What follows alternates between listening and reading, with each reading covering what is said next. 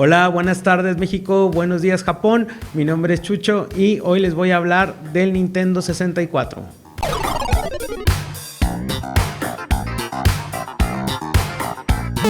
Ok, imagina lo siguiente, 1996, Tokio, Japón, en medio de la calle Kawaguchiko con la calle de Kodama número 343, 1996, acuérdense de este año.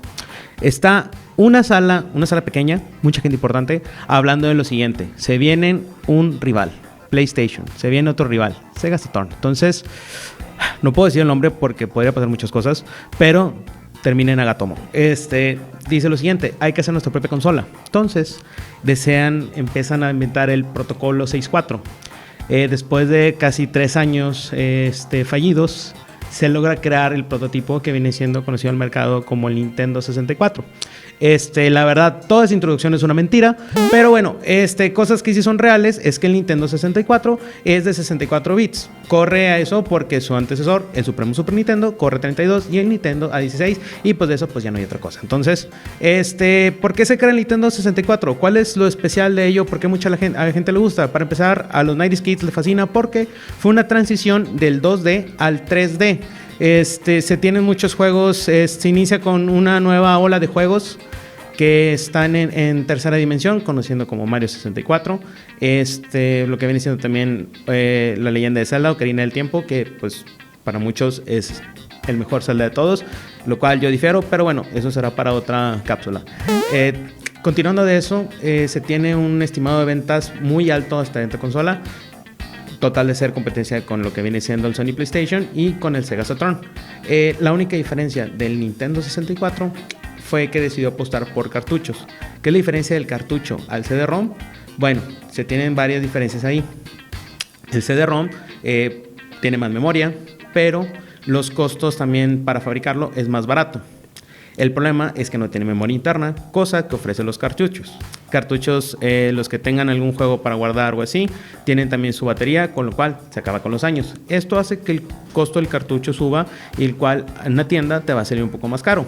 Si eres un 90s Kid y recuerdas cuando ibas a un Walmart, una tienda a ver los cartuchos, bueno, sus precios siempre eran elevados, a lo mejor a la comparación del disco. Esto también evita algunos compromisos de Nintendo al momento de usar música, ya que no paga algún tipo de regalías también por el uso del disco. Pero bueno, ahí difiere un poco de gustos. Yo soy la persona que le gustan los cartuchos en su momento, pero el problema de la pila, pues sí es algo muy malo. ¿Qué pasa con el Nintendo 64? Bueno, siguen sus ventas hasta el año del 2002, que es descontinuado en el mes de abril, y si no me falla la memoria, fue el 30 de abril. El último juego siendo Tony Hawk Pro Skater 3 en América, y les debo el de Japón porque sí es un poco diferente. Y si quieren ver algo random fact, vean cuánto gana Tony Hawk por los juegos de Pro Skater, es demasiado dinero. En fin, también el Nintendo 64 tiene un capítulo oscuro. En Japón se tiene el 64DD, que si ustedes lo googlean es prácticamente un formato para acomodar discos de floppy. Si no saben qué es eso, son muy jóvenes para eso. Si ustedes saben qué es eso, son un poco viejos.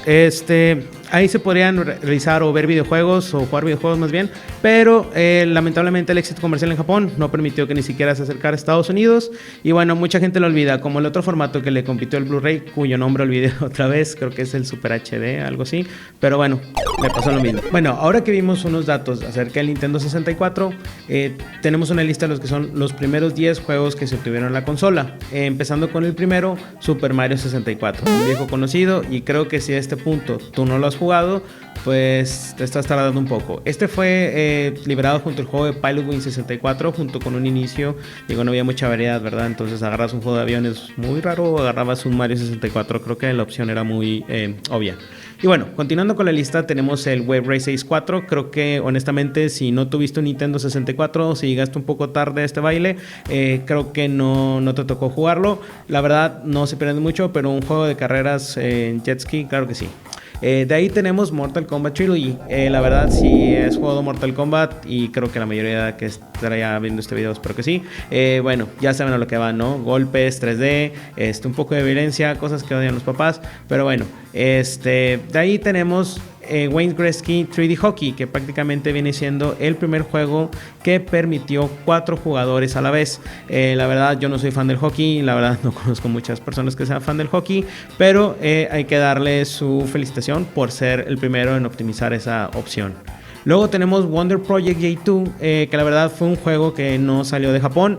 ¿Por qué? Porque es prácticamente un juego de simulación de vida. Al parecer a los japoneses les gusta simular que tienen otra vida feliz y animesca. Entonces, pues allá es un hit y lamentablemente pues aquí no. De ahí tenemos Killer Instinct Gold, que es secuela de Killer Instinct del Super Nintendo. Los que han tenido la oportunidad de jugar este videojuego, muy buena música, muy buenos combos, pero la verdad sí es un destruye controles prácticamente. De ahí tenemos un juego con un nombre que se escucha super cool, Eiko no St. Andrews, pero honestamente es un juego de golf y pues bueno, como podrán ver es un nombre en japonés y fue el primer juego 64 en ofrecer esta categoría. Fuera de eso pues creo que no ofrece algo muy interesante. De ahí tenemos Cruise and USA, que si tú tuviste el privilegio de ir a unas maquinitas, ya sea en Estados Unidos o en alguna plaza comercial, es un juego de carreras que se encontraba en la mayoría de los moles. Es prácticamente un port de la versión de maquinita al Nintendo 64. De ahí tenemos Star Wars Shadows of Empire, que si no has escuchado ni siquiera este juego y eres fan de Star Wars, algo estás haciendo mal. Tenemos al mejor protagonista de toda la saga de Star Wars, Dash Rendar, que tiene el mejor nombre de todo el universo de Star Wars, pero bueno, la gente no lo conoce. Prácticamente es una historia entre 2 episodios, pero traten de buscarlo. Y por último tenemos el famoso Mario Kart 64, el que fue el inicio de una gran saga también de juegos y un spin-off a la saga de Mario. Un juego de carreras que viene siendo en 3D, la evolución del juego de Super Nintendo que ya de por sí era muy aclamado. Algunos dicen que este de Mario es el mejor, pues yo difiero, pero bueno, ¿ustedes qué dirán? Como ha habido jugador de Nintendo y en el periodo del Nintendo 64 se desarrolló una parte donde empecé a hacer muchas amistades y obviamente con el paso del tiempo hemos tratado de volver a seguir jugando. Pero bueno, hay algunos que no han envejecido muy bien. Si tú jugaste Nintendo 64 en su momento, si podías ver tu mano, prácticamente al tener un callo aquí es que eras un jugador muy ávido de Mario Party. Con el tiempo, el Switch, por ejemplo, ha hecho ports o ha tenido emulación del 6.4 en su consola. Y han agregado últimamente juegos como el Mario Party, Legend of Zelda, Legend of Zelda Ocarina of Time, Legend of Zelda Majora's Mask, GoldenEye en línea y Pokémon Stadium, que próximamente, si no me falla la memoria, se acerca el 2. Lamentablemente algunos juegos no envejecen muy bien. Hay unos juegos que en su momento podrían llegar a ser muy entretenidos. Había unos, por ejemplo, como Jet for Gemini, si alguien lo llegó a jugar, prácticamente no tenía ni pie ni cabeza, solo era correr y disparar y pues prácticamente a ver qué sucedía. Había otros que tenían mucha diversión en su rejugabilidad, como viene siendo Star Fox. Si alguien tuvo la oportunidad de jugar Star Fox en su momento, bueno, se tienen 3 rutas distintas, esta misma se puede entrelazar y todo para obtener el último final del juego, que no les diré, aunque ya han pasado más de 20 años, pues jueguenlo. Ahí también está en emulador de Switch. La verdad, es muy difícil jugar con el control de Switch, ya que el control de 6.4, pues si ustedes lo recuerdan, es muy bizarro. Entonces tiene botones por todos lados. La idea es que se agarre como si fuera un control, como un manubrio, pero a la vez no. Tiene un stick en medio, botones atrás. Entonces, dependiendo de lo que estés jugando, pues es como se desarrolla el juego. Lamentablemente en el Switch pues no se tiene un control oficial todavía y esto puede causar un poco de problemas al estar jugando cualquier juego ahí emulado. La verdad hay juegos que sí se llegan a disfrutar mucho con el tiempo. Hay otros que, bueno, fueron, como se menciona, la base para crear unas sagas un poco más extensas, como viene siendo Mario, como viene siendo Zelda, como viene siendo también Mario Kart, que actualmente, pues bueno, ya si alguien ha jugado Mario Kart, pues sabe que no se ha movido en más de 10 años el mismo título. Y bueno, creo que la mayoría de los que tuvieron un Nintendo 64 recuerdan la emoción de cuando lo obtuvieron. La verdad yo recuerdo que fue una Navidad y me lo regalaron con el juego de Zelda Ocarina of Time. Y la verdad en su momento era un juego muy difícil para mí. La verdad tenía creo que 10 años o menos. Entonces sí era toda una experiencia tratar de terminar los niveles o de acabar. Bueno, sí, todavía le tengo miedo al templo de agua porque siento que algo me va a atrapar en el agua. Pero bueno, si jugaron muchos juegos en 3D es algo que ya conocen. Fuera de eso, hay algunos juegos que no envejecieron también, como Superman. Dice la leyenda que es el juego peor vendido en la historia del Nintendo 64. La verdad se veía muy bien en videos, pero lamentablemente no tuvo la recepción que se esperara. Prácticamente era un simulador de vuelo donde tenías que pasar por aros en todo Metrópolis, y eso no le cayó muy bien a la gente.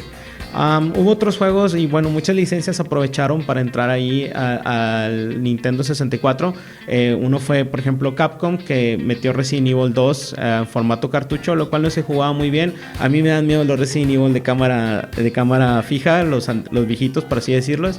La verdad, jugarlo en 6.4 era como que no, qué miedo. Y la verdad fue de los pocos juegos que son Rated M, que es Mature, que la verdad pocos se encuentran, como Doom o Turok. Otro que le gusta mucho a la gente, Conquer Bad Fur Day, que en su momento pues todos lo jugaban y era como, bueno, si lo podías conseguir, porque obviamente decían que era para adultos, y era todo un show porque todo el mundo decía, no, pues es que los papás deben estar al tanto, que no lo jueguen. Pero obviamente tenías tu compa que pues no le importaba nada, o simplemente lo conseguías de otro lado y podías jugar, aventar orina y demasiadas cosas raras que, bueno, pues uno cuando está en la edad que salió el 6.4, pues es demasiado diferente a lo que se ve ahí. La verdad, el 6.4 también hubo juegos ya en su fase final que utilizaban el Expansion Pack.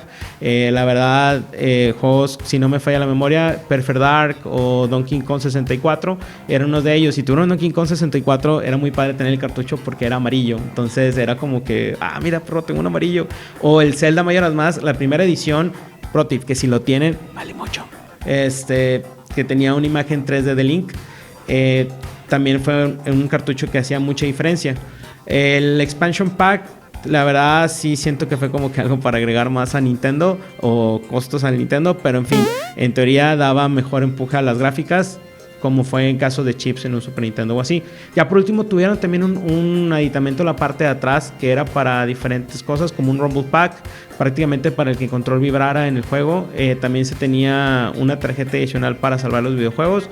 Creo que son muy pocos en sí. Recuerdo solo tener uno que fue Gauntlet Legends, se guardaba también con una memoria. Y también si tenías un Pokémon Stadium, te podías usar el Transfer Pack. Prácticamente ahí ponías tu cartucho de Pokémon y podías jugarlo en 3D. Entonces imagínate estar en primaria, secundaria tal vez, y estás jugando Pokémon y de repente en tu Game Boy te dicen, oye, ya los puedes poner en 6.4, ya los puedes ver en 3D. Hombre, imagínate, te armas un cocón, unas papas, una pisita el viernes por la noche, conectas tu versión amarilla y le ganas a los 8 líderes de gimnasio. El Elite Four, pum, se acabó en 3D. Esos son los buenos días. Y bueno, la verdad, el 6.4 trajo muchas cosas buenas para todos. Fue un cambio revolucionario para todos y para los gamers. Solo fue el primer paso de lo que estamos en la actualidad. Y bueno, espero les haya gustado estos comentarios acerca del 6.4 y hasta luego.